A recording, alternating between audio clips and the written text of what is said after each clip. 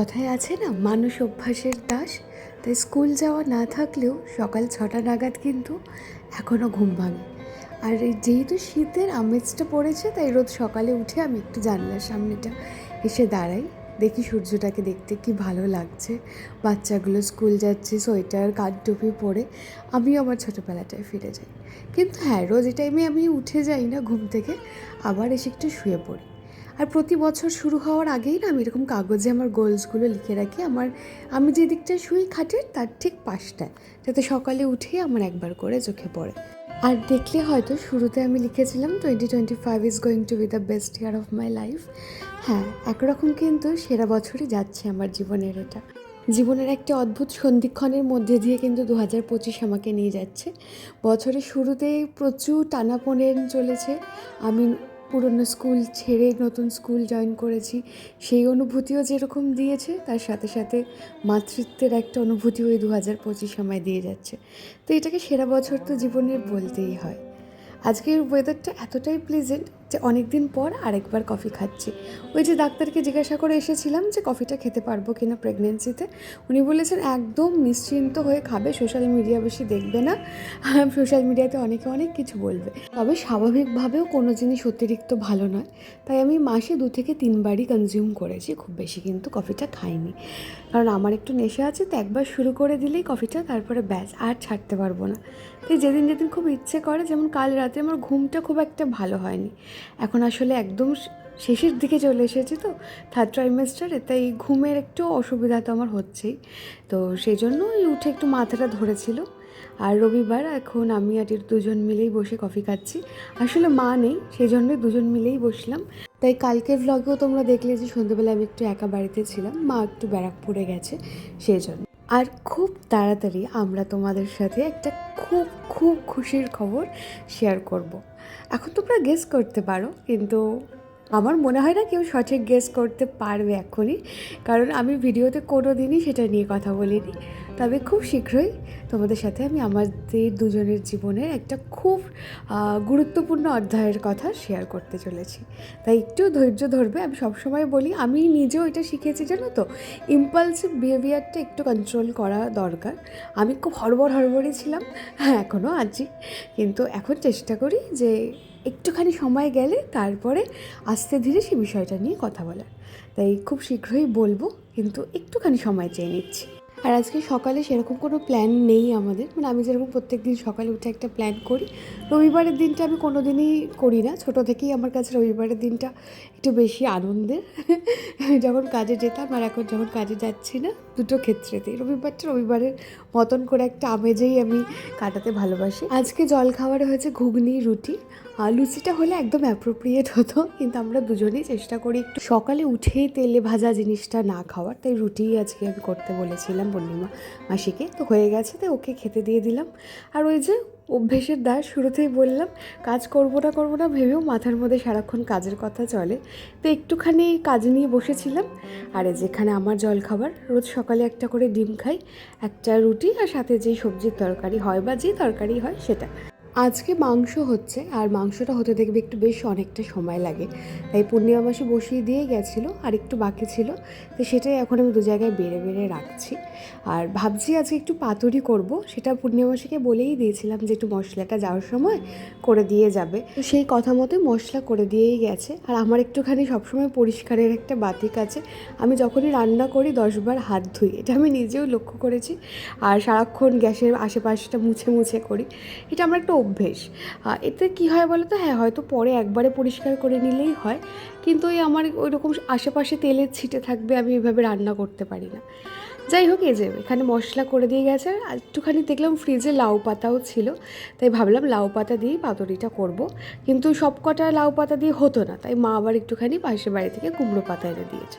আর আমি এখানে ফিলেগুলোকে একটুখানি মশলার মধ্যে ভালো করে মাখিয়ে রেখে দিয়েছি। আমিই করতাম, কিন্তু জানি না হঠাৎ করেই না এখন প্রেগনেন্সিতে কি হয় বুঝি না, এই ঠিক আছে এই আবার শরীরটা খারাপ হয়ে যায়, তারপর হঠাৎ করে আবার প্রেশারটা লো হয়ে গেল। আমার প্রেগনেন্সিতে পুরো শুরু থেকেই এই একটাই সমস্যা, প্রেশার লো। তার কারণ তোমরা জানো, আমার শুরু থেকেই মানে শুধু প্রেগনেন্সি বলে না, আমার শুরু থেকেই প্রেশার লোয়ের একটা টেন্ডেন্সি আছে। তো সেই জন্য এটা প্রেগনেন্সিতে আরও বেশি ট্রিগার হয়েছে। তাই মাই এসে আবার একটুখানি করে দিল বাতরিটা। এই প্রেগনেন্সিতে একটা অদ্ভুত বিষয়, সেটা হচ্ছে এই ঠিক থাকি আর হঠাৎ করেই কিছু একটা হয়ে যায় এরকম মনে হয়। মানে সকাল থেকে তো বেশ ভালোই লাগছিল, তারপরে শরীরটা আবার একটুখানি খারাপ হয়ে গেল, মানে কেমন একটা লাগছে, মনে হচ্ছে যেন প্রেশার লো হয়ে গেছে, কিছু একটা হয়েছে। তো আমি আর রান্নাটা করলাম না, মাই করলো। ব্লগ করা যে দিন দিন কি ডিফিকাল্ট হয়ে যাচ্ছে এত আওয়াজের জন্য, বলে বোঝাতে পারবো না তোমাদের। জাস্ট আমি একটা মাইক দেখছি, কিন্তু আমার ফোনে সাপোর্ট করবে কি করবে না সেটা বুঝতে পারছি না, সেই জন্য কিনে উঠতে পারছি না এখনও মাইকটা। তো খুব তাড়াতাড়ি মাইকটা কিনবো, তারপরে হয়তো একটুখানি এইভাবে কথা বলতে পারবো, যেটা আমি খুব মিস করছি। যাই এখন স্নান করি, ফ্রেশ হই, তারপরে ব্লগটা কন্টিনিউ করছি। খাওয়া দাওয়া সবে সেরে উঠেছি, সেই সময় আর কোনো ক্লিপ নেওয়া হয়নি। যে বললাম শরীরটা ভালো লাগছিল না, তারপরে এই পার্সেলটা এসেছে, সেটাকে আনবক্সিং করে মনটা এত ভালো হয়ে গেল কি বলবো তোমাদের। এটা দুদিনেই জাস্ট মানে ডেলিভারি দিয়ে গেছে। আমি এই দেয়ালটাতে অনেক দিন ধরেই ভাবছিলাম কিছু একটা করব, কারণ কিছু হাতে এঁকেই লাগানোর ইচ্ছে ছিল, কিন্তু এখন আর সেই সময় পাচ্ছি না, সেই জন্য অনলাইনে অগত্যা ভরসা।